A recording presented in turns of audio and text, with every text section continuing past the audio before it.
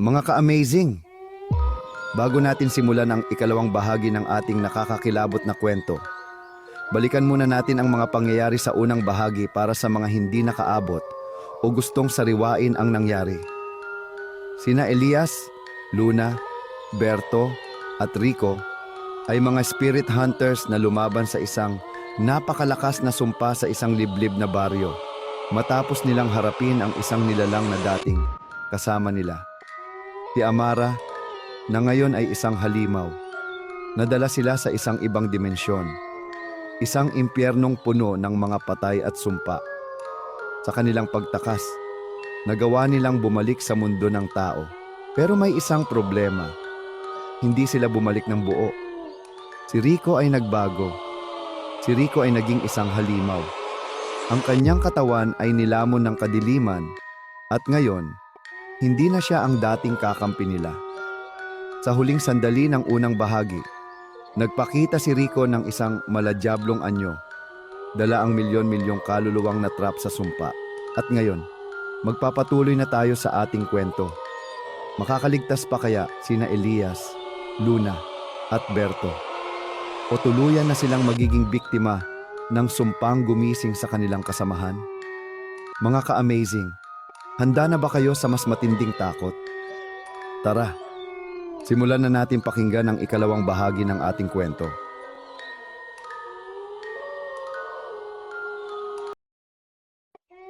Muling yumanig ang buong simbahan.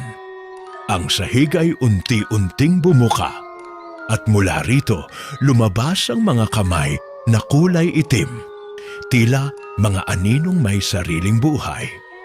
Sumisigaw ang mga kaluluwang na trap sa lupa. Pilit na lumalabas. Ngunit imbes na makalaya, lalo silang nilalamon ng kadiliman. Si Elias, Luna at Berto ay halos hindi na makahinga sa tindi ng presensyang bumalot kay Rico. Hindi na siya tao. Ang kanyang katawan ay nakapaloob sa isang itim na usok at ang kanyang mga mata ay puno ng puting ningas. Matagal na kayong nakikialam sa sumpang ito. Ang boses ni Rico ay hindi na kanya. 100 tinig ang sabay-sabay na nagsasalita sa kanya. Ngayon, kayo naman ang babaliktarin ng kadiliman. Hindi kami papayag. Sigaw ni Elias, bumunot ng bagong anting-anting mula sa kanyang damit. Isang pulang tela na may sinaunang sulat na lumiliwanag sa dilim. Puwersang banal, ipakita mo ang iyong liwanag. Sa isang iglap, isang bugso ng purong liwanag ang lumabas mula sa kanyang kamay. Isang sagradong apoy na tumama sa katawan ni Rico. Bitch!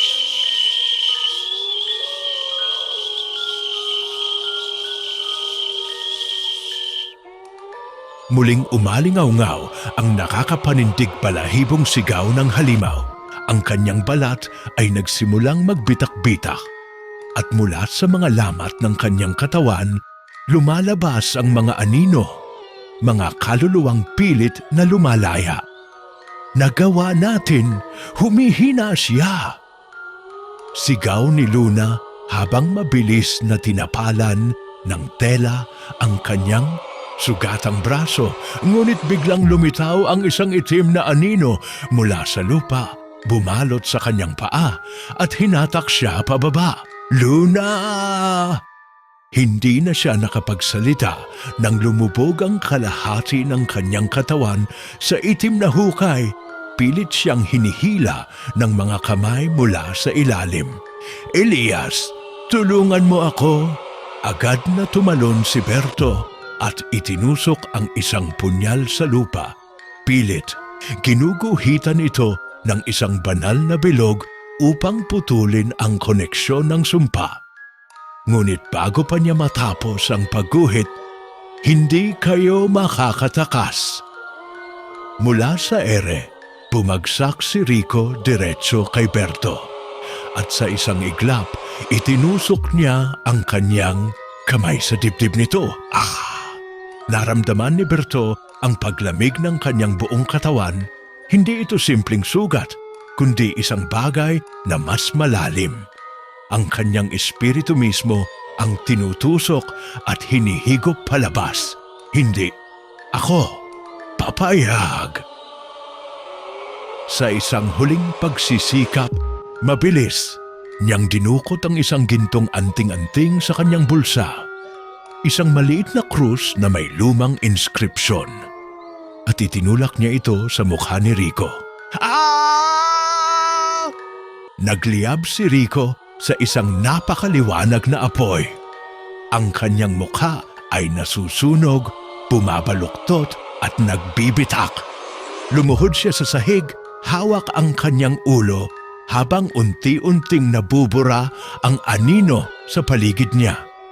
Ngayon na, sigaw ni Elias. Mabilis niyang hinatak si Luna mula sa hukay habang si Berto ay pilit na gumagapang palayo. Ngunit bago pa sila makatakbo, biglang lumindol. Teka, anong nangyayari? Sa gitna ng simbahan, nabiyak ang sahig at mula rito isang napakalaking nilalang ang lumabas. Kayo ang may kasalanan nito.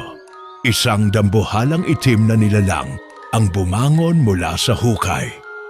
Ang kanyang katawan ay binubuo ng daang-daang kaluluwang nakalubog sa kanyang laman. Ang kanyang ulo ay walang mukha. Isa lamang itong malaking bunganga na may maraming mata sa loob. Ang inyong liwanag ay hindi na makakatakas. Itinaas ng nilalang ang kanyang kamay at ang buong simbahan ay nagsimulang madurog, pumalot sa dilim. May pag-asa pa kaya sila?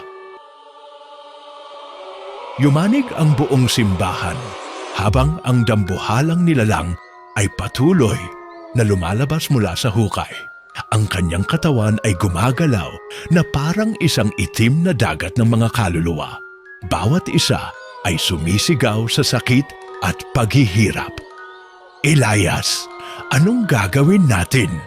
Sigaw ni Luna habang pilit na inaalalayan si Berto, na ngayoy nang hihina at patuloy na dumudugo mula sa sugat sa dibdib.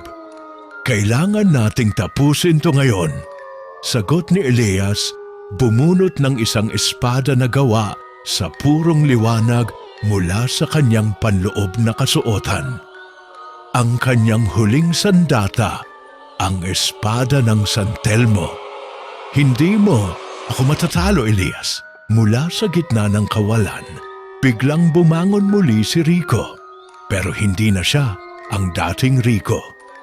Ang kanyang buong katawan ay nagmistulang itim na usok na hugis tao na may nagliliyab na puting mata at bibig na punong-puno ng matatalim na ngipin. Mas malakas na ako ngayon. Sa isang iglap, lumipad siya papunta kay Elias sa napakabilis na galaw, isang anino na parang dumulas sa hangin mismo. Agad niyang inundayan ng isang itim na sibat si Elias na halos hindi na makaiwas. Ag! Tinamaan si Elias sa balikat. Ang kanyang balat ay agad na naging itim at nagsimulang lumapot. Tila isang lason na bumabalot sa kanyang laman. Hindi! Sigaw ni Luna, mabilis na bumunot ng isang maliit na bote mula sa kanyang dala. Isang banal na tubig na galing sa ilog ng mga diwata. Mabilis niyang ibinuhos ito sa sugat ni Elias at sa isang iglap, sumingaw ang lason na parang sinusunog ng apoy. Args! Sigaw ni Rico na paatras siya habang napapatakip sa kanyang mukha. Ang balat niya ay nagbibitak-bitak at mula sa kanyang katawan lumabas ang mga anino ng mga espiritong nakakulong sa kanya. Berto, ngayon na! Sa kabila ng matinding sakit, pinilit bumangon ni Berto. Inilabas niya ang kanyang huling anting-anting. Isang lumang itik-itikan na gawa sa ginto na minana pa niya sa kanyang lolo. Sa pangalan ng liwanag, itinataboy kita, halimaw. Itinusok niya ang anting-anting sa lupa at sa isang iglap, isang napakalaking gintong bilog ang bumalot sa kanila. Isang sagradong bilog na kayang magpatalsik ng kahit anong anino. Hindi ito pwedeng mangyari. Muling sumigaw si Rico, ngunit sa pagkakataong ito, ang kanyang katawan ay unti-unting natutunaw. Ang kanyang anyong anino ay nilalamon ng liwanag at kahit anong pilit niyang kumawala, wala siyang magawa kundi humiyaw sa matinding sakit. Hindi ito matatapos dito at sa isang iglap, sumabog siya sa libu-libong itim na usok. Nagkaroon ng isang sandali ng katahimikan. Si Luna ay napaluhod, hingal na hingal, habang si Berto ay halos hindi na makatayo. Si Elias ay hawak-hawak pa rin ang kanyang balikat na ngayon ay may bakas pa ng nasunog na balat mula sa laso ni Rico. Ngunit bago pa sila makapagpahinga, hindi pa ito tapos. Mula sa likuran nila, ang dambuhalang nilalang na lumabas mula sa hukay ay unti-unting lumalapit. Ang kanyang bunganga na puno ng mga mata ay unti-unting bumukas. At mula rito, lumabas ang isang malajablong anino. Mas malaki, mas malakas, at mas gutom sa buhay kaysa kay Rico. Kayo ang nagising sa akin. Ang kanyang tinig ay napakalalim. Parang ang mismong mundo ay dumadagundong sa bawat salita niya. At kayo rin ang aking lulunukin. Kayo ang nagising sa akin, at kayo rin ang aking lulunukin. Sa isang iglap, lumundag ang dambuhalang nilalang mula sa hukay. Ang kanyang katawan ay gumapang na parang isang halimaw na hinugot mula sa pinakamadilim na bangungot. Ang lupa ay yumanig sa bigat niya, at ang mga pader ng simbahan ay tuluyang gumuho. Takbo! Sigaw ni Elias habang hinihila sina Luna at Berto. Ngunit bago pa sila makalayo, isang itim na anino ang lumipad mula sa kamay ng halimaw, isang mahabang aninong tila may sariling buhay, tumaluhong papunta sa kanila. Natamaan si Elias sa likod. Naramdaman niya ang matinding sakit. Parang ang kanyang kaluluwa mismo ang hinihigop palabas ng kanyang katawan. Napaluhod siya, nanginginig at hindi makagalaw. Elias, bago pa makasaklolo sina Luna at Berto, lumitaw ang isang bagong anino mula sa lupa. Isang pamilyar na anino, si Rico. Ngunit hindi na siya tulad ng dati. Ang kanyang katawan ay unti-unting bumubuo muli. Ngunit ngayon, ang kanyang anyo ay mas malala. Ang kalahati ng kanyang mukha ay naagnas na. At ang kanyang katawan ay puno ng nagkikisay na mga mata at bibig na tila kumakain sa isa't isa. Hindi niyo ako kayang patayin. Bumulong siya. Ang kanyang tinig ay tila libu-libong bulong ng mga patay. Dahil ako ang naging isa sa kanila. Mula sa kanyang mga kamay, lumabas ang mahahabang matatalas na daliri. Tinutusok ang hangin na parang mga espada. Sa isang iglap, sumugod siya kay Luna. Luna! Mabilis na bumunot si Luna ng isang puting punyal mula sa kanyang sinturon. Isang sagradong patalim na ipinasa ng kanyang pamilya mula pa noong panahon ng Kastila. Inundayan niya si Rico sa dibdib, ngunit bago tumama ang kanyang punyal, hinawakan ni Rico ang kanyang kamay at doon nagsimula ang totoong bangungot. Ngayon, ipapakita ko sa iyo ang totoong anyo ng sumpang ito. Sa isang iglap, lumabo ang paningin ni Luna. Biglang nagbago ang paligid. Ang gumuho nilang paligid ay naging isang kakaibang mundo. Isang malawak na madilim na kapatagan na puno ng nakasabit na bangkay sa langit. Sa paligid niya, maraming anino ang gumagapang sa lupa. May mga mata, ngunit walang mukha. Nasaan ako? Ito ang katotohanan, Luna. Lumapit sa kanya si Rico.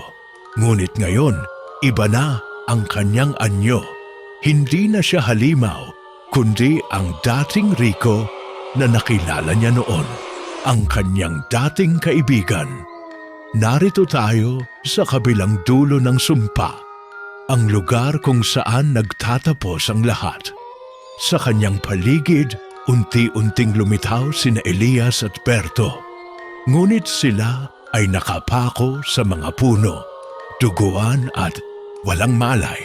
Hindi ito totoo.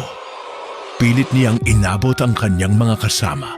Ngunit bago pa siya makalapit, lumitaw ang napakalaking nilalang mula sa langit. Isang halimaw na may libu-libong braso. May mukha ng isang napakalaking sanggol na umiiyak. Narito na ang katapusan ng inyong espiritu. Bumagsak ang mga kamay nito mula sa langit. Isang halimaw na kayang pumatay ng 100 kaluluwa sa isang iglap. Luna, gising! Muli siyang nakaramdam ng matinding pagkabigla. Isang matinding pagyanig ang bumalot sa kanya at bigla siyang bumalik sa realidad. Nagising siya sa piling ni na Elias at Berto. Ngunit nawala si Rico at sa harapan nila ang dambuhalang halimaw ay ganap ng bumangon. Ang inyong kaluluwa ay aking pagkain. Sa isang iglap, bumukas ang kanyang bunganga at mula rito, lumabas ang isang napakalakas na bagyo ng mga espiritong umiiyak. Ang inyong kaluluwa ay aking pagkain. Bumukas ang bunganga ng dambuhalang nilalang at mula roon, lumabas ang isang bagyong gawa sa libu-libong kaluluwa. Mga espiritong humihiyaw, walang mukha at desperadong nakikipag-agawan upang makatakas. Ngunit sa halip na makalaya, lalo lamang silang hinihigop ng halimaw, parang isang higanteng balon ng kadiliman. Tumakbo kayo! Sigaw ni Elias, hinahatak sina Luna at Berto palayo. Ngunit huli na, mula sa hangin, isang aninong hugis kamay ang lumabas at mahigpit na hinawakan ang binti ni Luna. Elias, tulungan mo ako! Pilit niyang sinisipa ang anino, ngunit parang buhay itong gumagapang pataas sa kanyang katawan. Hindi ako papayag. Inundayan ni Elias ng kanyang espada ng San Telmo ang kamay ng anino. At sa isang iglap, sumabog ito sa abo. Kailangan nating matapos ito ngayon na! Hinila niya si Luna patayo, ngunit nang lingunin nila si Berto, wala na ito. Berto, sa isang kisap mata, nakita nilang hawak na ito ng dambuhalang nilalang. Iisa lang ang pwedeng makalaya. Sa gitna ng kanyang matitigas na daliri, pilit na nagpupumigla sa si Berto, ngunit unti-unti na siyang hinihigop papasok sa katawan ng halimaw. Bitawan, M.O. siya! Tumakbo si Luna papunta kay Berto, ngunit bago pa siya makalapit, lumitaw ang isang anino mula sa kanyang harapan. Si Rico. Pero hindi na siya halimaw. Ang kanyang katawan ay mukhang mas tao na ngayon, ngunit ang kanyang mga mata ay puno ng kalungkutan. Sa kanyang noo may nakaukit na mga lumang simbolo, mga sinaunang inscription na hindi niya maunawaan. Luna, dapat mo nang tapusin ang sumpa. Rico, hindi ito matatalo kung hindi mo ibubunyag ang totoong sikreto ng lugar na ito. Anong ibig mong sabihin? Tumingin ka sa lupa. Paglingon ni Luna, napansin niya ang isang kakaibang simbolo sa ilalim ng dambuhalang nilalang. Isang napakalaking bilog na may mga ukit ng pangalan. at isan sa mga pangalang nakasulat roon ay Bert. Oh, nanlaki ang mga mata ni Luna. Pero, bakit nandito ang pangalan niya? Dahil siya ang pinakaimportanteng parte ng sumpang ito. Nagising si Elias sa narinig. Anong ibig mong sabihin, Rico? Tumingin si Rico sa kanila, ang kanyang mukha puno ng hinagpis. Si Berto, ang huling haligi ng sumpa. Nang marinig iyon, biglang nag-iba ang itsura ni Berto. Ang kanyang balat ay nagsimulang magbitak-bitak at mula sa kanyang katawan lumabas ang libu-libong espiritu. Hindi, ako? Pwede! Sinubukan niyang sumigaw, ngunit hindi na niya magalaw ang kanyang katawan. Ang kanyang mga mata ay puno ng takot, parang unti-unting nawawalan ng kontrol sa sarili. Piberto, dahan-dahan, bumagsak ang kanyang katawan sa lupa, nanginginig at walang kakayahang tumayo.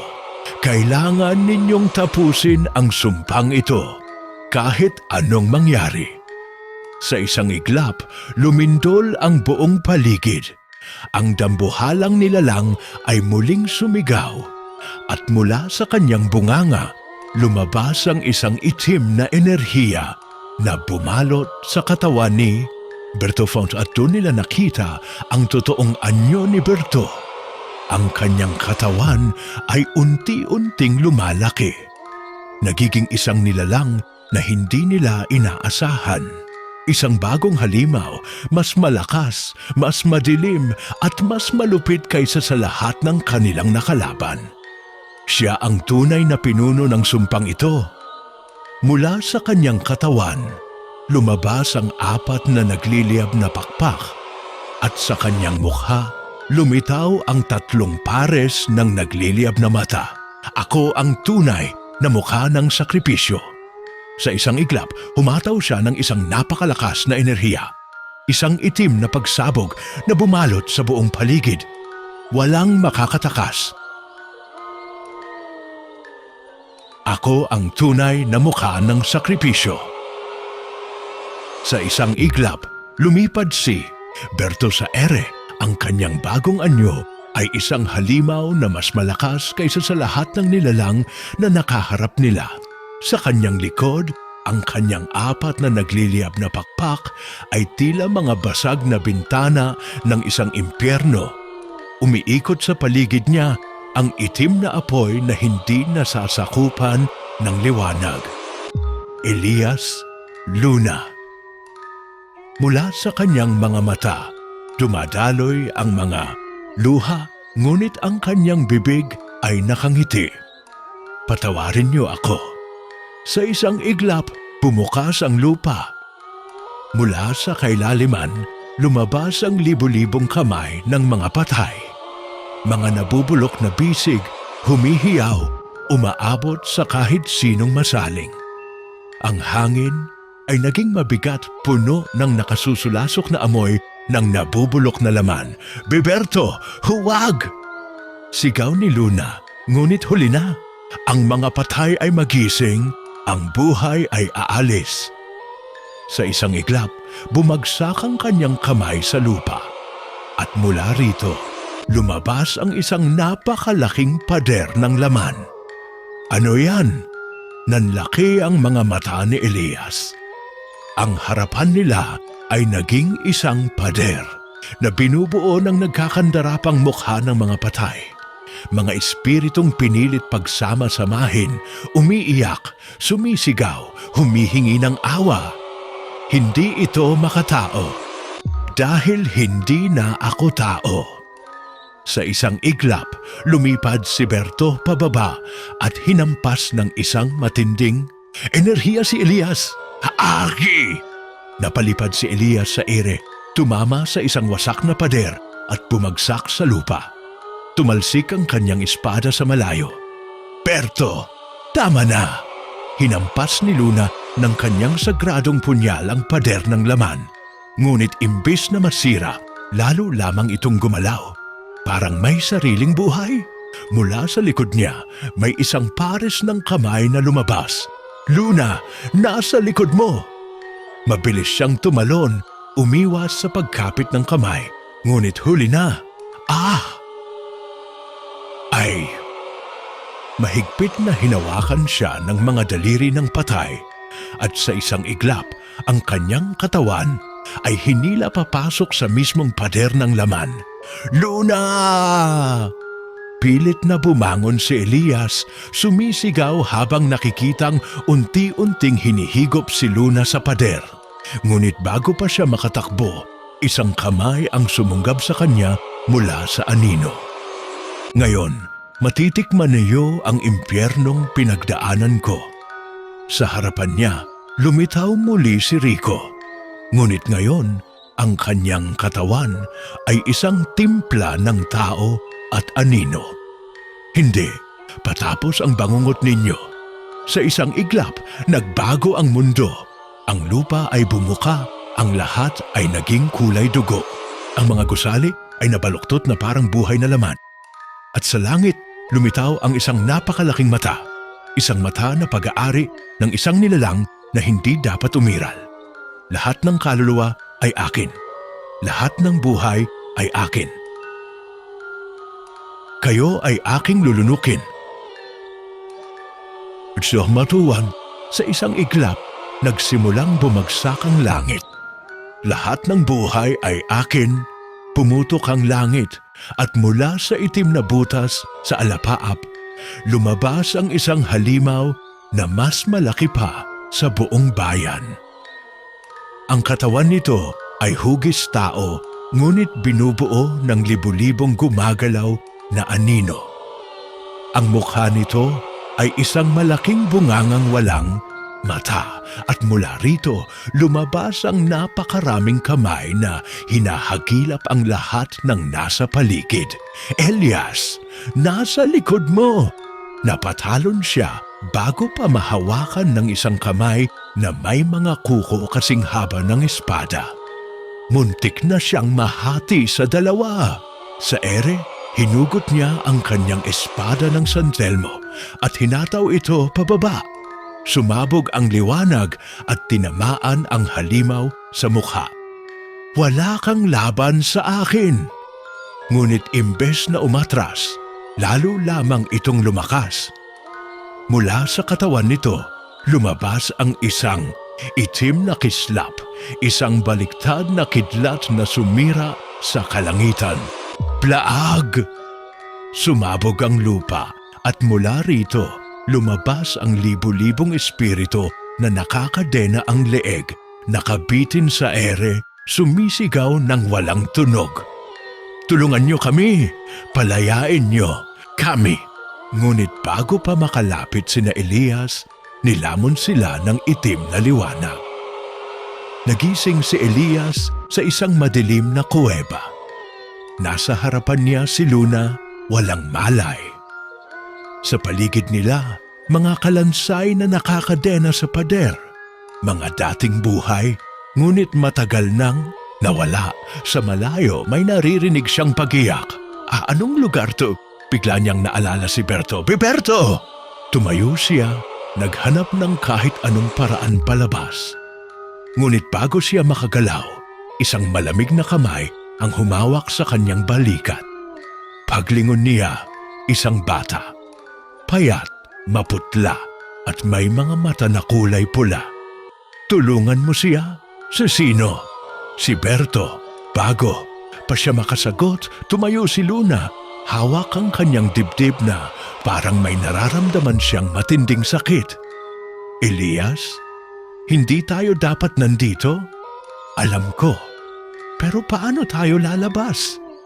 Bago pa sila makagalaw, gumalaw ang mga kalansay sa paligid nila.